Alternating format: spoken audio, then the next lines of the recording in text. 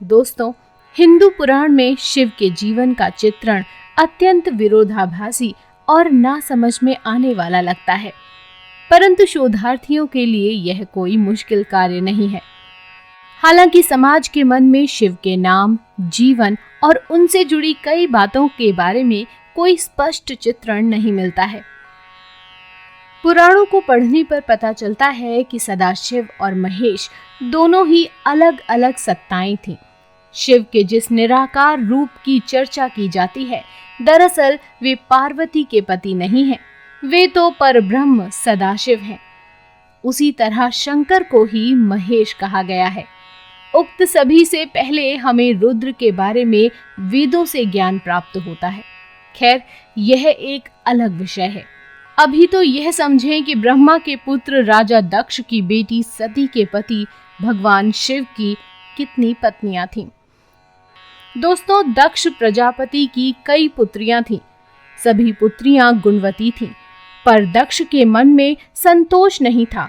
वे चाहते थे उनके घर में एक ऐसी पुत्री का जन्म हो जो शक्ति संपन्न हो, सर्व विजयिनी हो। दक्ष एक ऐसी पुत्री के लिए तप करने लगे। तप करते करते अधिक दिन बीत गए तो भगवती आदि ने प्रकट होकर कहा, मैं तुम्हारे तप से प्रसन्न हूँ। मैं स्वयं पुत्री रूप में तुम्हारे यहाँ जन्म धारण करूंगी। मेरा नाम होगा सती। मैं सती के रूप में जन्म लेकर अपनी लीलाओं का विस्तार करूंगी। फलतः भगवती आदि ने सती रूप में दक्ष के यहाँ जन्म लिया। सती दक्ष की सभी पुत्रियों में अलौकिक थीं। उन्होंने बाल्यकाल में ही कई ऐसे अलौकिक कृत्य कर दिखाए थे जिन्हें देखकर स्वयं दक्ष को भी विस्मय की लहरों में डूब जाना पड़ा।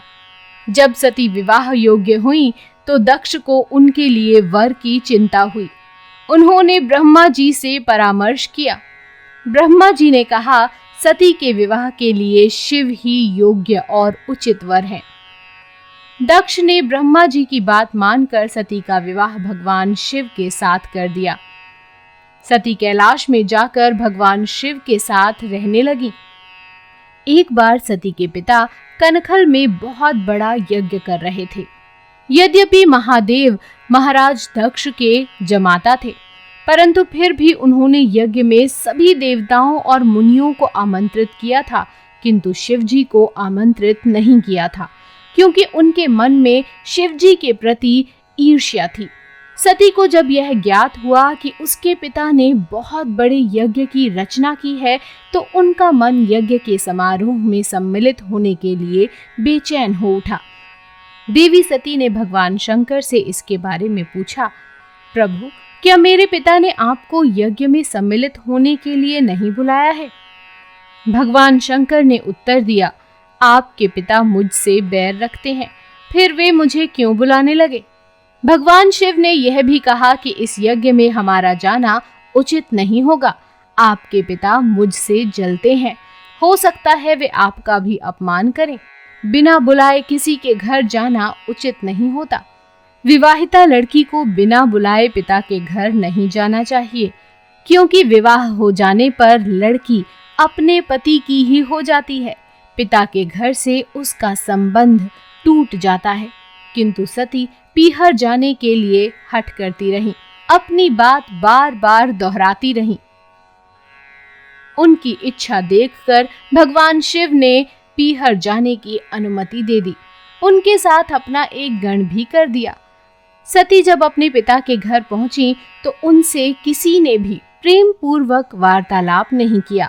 दक्ष ने उन्हें देखकर कहा, तुम क्या यहाँ मेरा अपमान करने आई हो?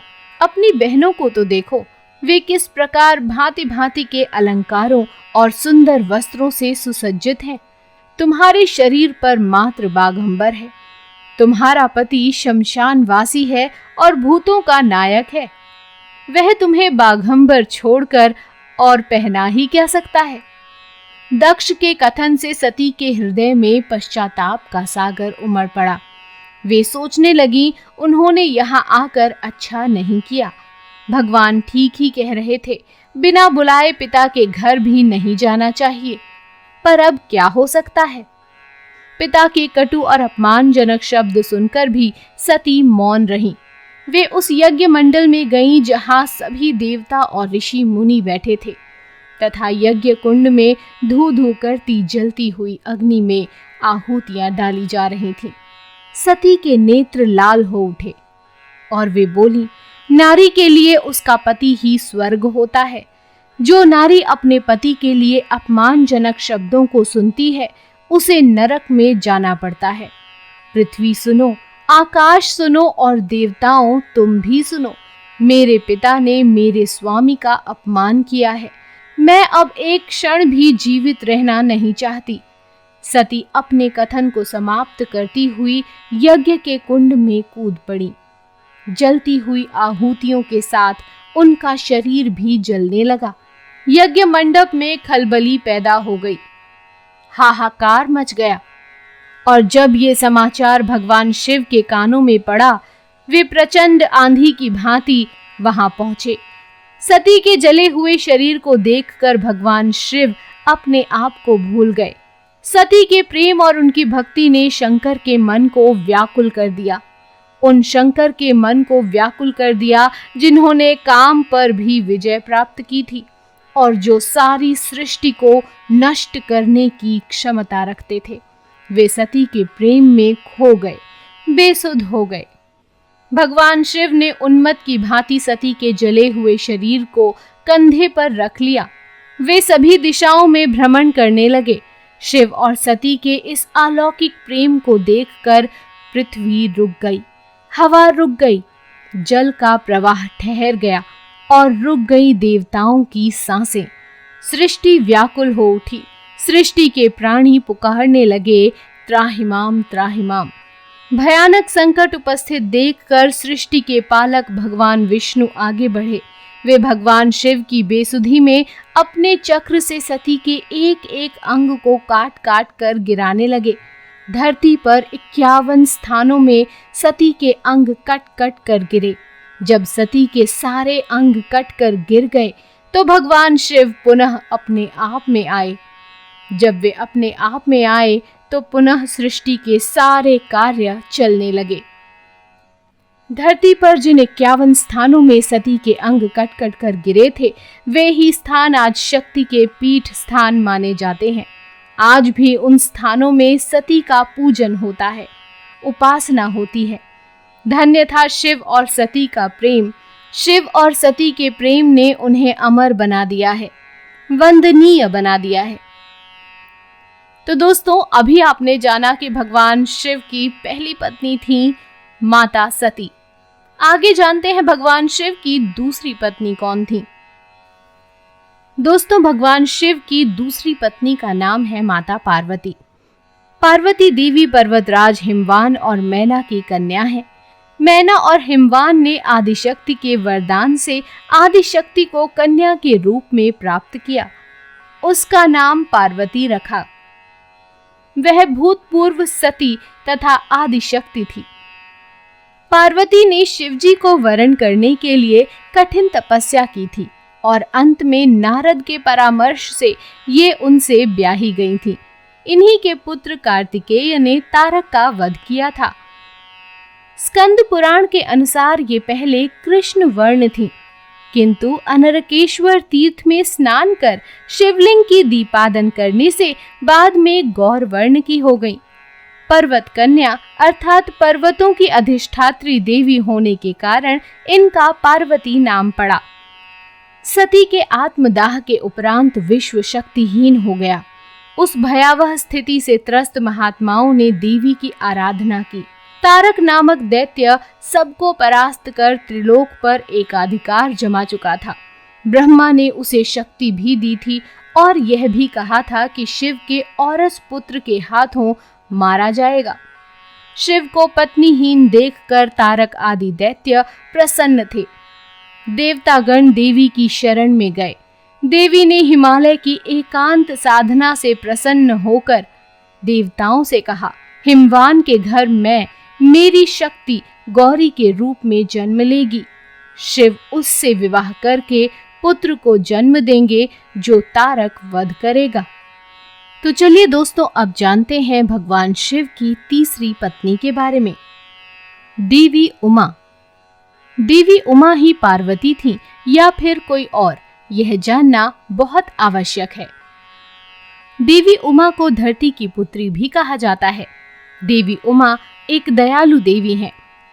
देवी उमा एक सरल देवी हैं। उनका हृदय बहुत दयालु और सरल है।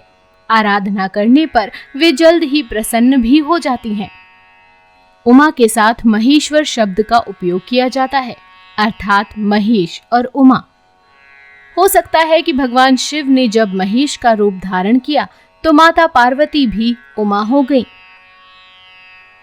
चलिए दोस्तों, आगे अब जानते हैं भगवान शिव की चौथी पत्नी के बारे में। दोस्तों, दुर्गा पार्वती का दूसरा नाम है। हिंदुओं के शक्ति संप्रदाय में भगवती दुर्गा को ही दुनिया की पराशक्ति और सर्वोच्च देवता माना जाता है।